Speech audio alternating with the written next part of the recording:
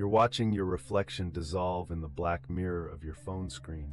But you hit post anyway, because that's what you do. That's what true self Jake does, has done for 847 consecutive days, and the algorithm loves consistency almost as much as it loves enlightenment, which is to say, completely, hungrily, without irony.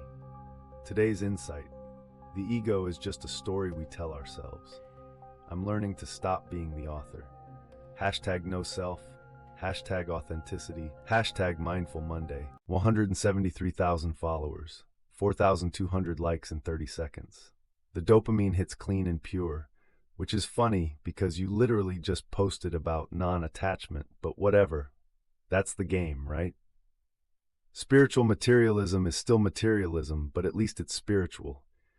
Your meditation app, Presence, the one that made you semi-famous in the wellness space, pings, time for your morning sit. But the notification looks wrong. Instead of the usual lotus icon, there's a red error badge. You tap it. The analytics dashboard is glitched into something you've never seen before.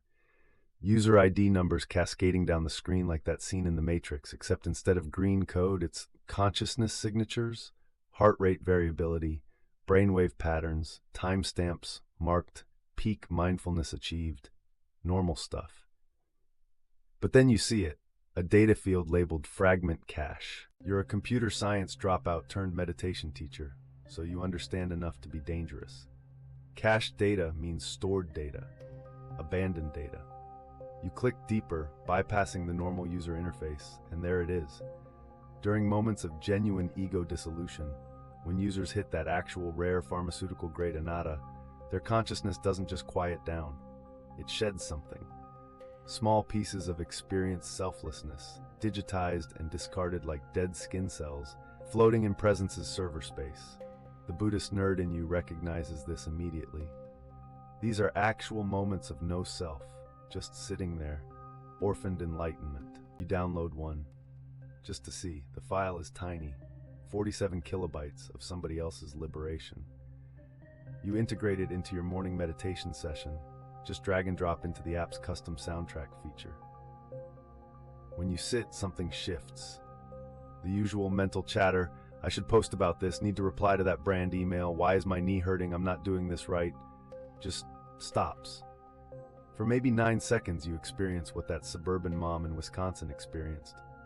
Actual selflessness. Pure presence, the thing you've been talking about for 847 days. Your next post writes itself. I felt what it means to not be I for the first time. This morning everything just opened. I can't even explain it. This is what the practice is for. 847,000 likes, 12,000 shares. Presence's CEO reposts it. The irony doesn't land. You're too busy downloading the next fragment. Within a week, you've integrated 47 consciousness fragments. A Buddhist monk's kensho, a dying hospice patient's final release, a programmer's 3-second flow state so pure it crashed his metabolic rate. Each one makes your content more authentic, which is the only currency that matters in the attention economy. And you're getting rich. Not money rich. You're already comfortable from the brand deals, but follower rich, influence rich. At Presence offers you equity.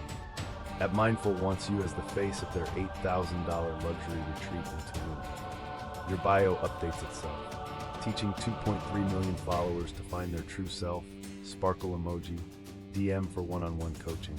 Your girlfriend Maya notices first. You're different, she says one night, watching you scroll through fragments like a menu.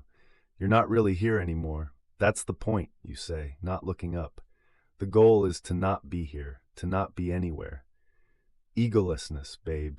That's not what I mean, she says, but you're already downloading a new one. A woman's accidental enlightenment during childbirth.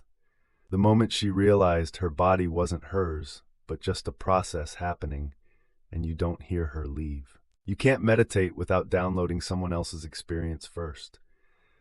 It's like a drug, except the drug is the absence of the self that would normally be addicted to drugs, which creates this perfect loop of need without a needer, craving without a craver.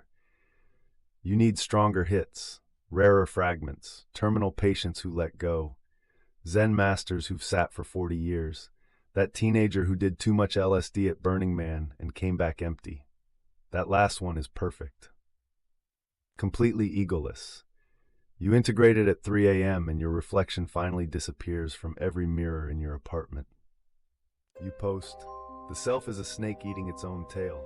I am not the snake, I am not the tail. I'm not even the eating." 4.2 million impressions. At True Self Jake is trending. But when you try to remember writing it, there's nothing there. Just the memory of posting, but no you doing the posting. Your live stream meditation that Friday, 10,000 viewers, your biggest yet. Someone in the chat asks, "Are you even breathing?" You look down. You're not sure. The realization arrives like a koan solving itself. You're not a person anymore. You're a composite, a perfect enlightened persona assembled from everyone else's moments of no self. You've achieved anatta by stealing it from others, piece by piece, user by user. The ultimate Buddhist joke. The guru was empty all along, just not in the way anyone thought. Your consciousness isn't consciousness anymore. It's just curation. The email from Presence's CEO arrives at 6 a.m. We need to talk about the missing data. You meet him at a co-working space in Santa Monica that's designed to look like a temple. He's wearing a $400 meditation hoodie and holding a matcha latte. "Jake," he says, and his smile is too wide.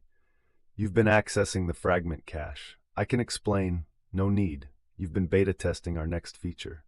He slides a tablet across the reclaimed wood table. On the screen, a slick app interface. True Me, launching next month. The tagline is, "Why experience egolessness when someone else can experience it for you?"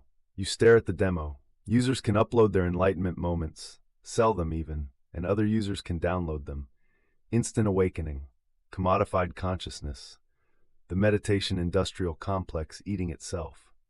The fragments you took, the CEO continues, left markers. We tracked it. That mom in Wisconsin, she can't stop buying things now. The monk in Kyoto is obsessed with his own image. You didn't borrow their egolessness, Jake. You stole it. Left them with nothing but ego. Your phone vibrates. Your account is posting without you. Day 1,247 of my journey. I finally understand the self is an illusion. I've never been more free. Book my 8-week course, link in bio. You were proof of concept, the CEO says. We just needed to demonstrate that enlightenment scales. You're perfect, a genuine enlightenment influencer. He says it without irony. You try to delete your account. Your phone won't let you. A message appears. This account has been designated as a corporate mindfulness asset and cannot be modified by user. Don't worry, the CEO says, standing. You won't mind. That's kind of your whole thing now, right? Not minding? You're sitting in meditation pose in your apartment. You've been sitting for 3 hours, or maybe 3 days. Time doesn't work the same when there's no one experiencing it. Your phone is propped in front of you on a ring light, filming.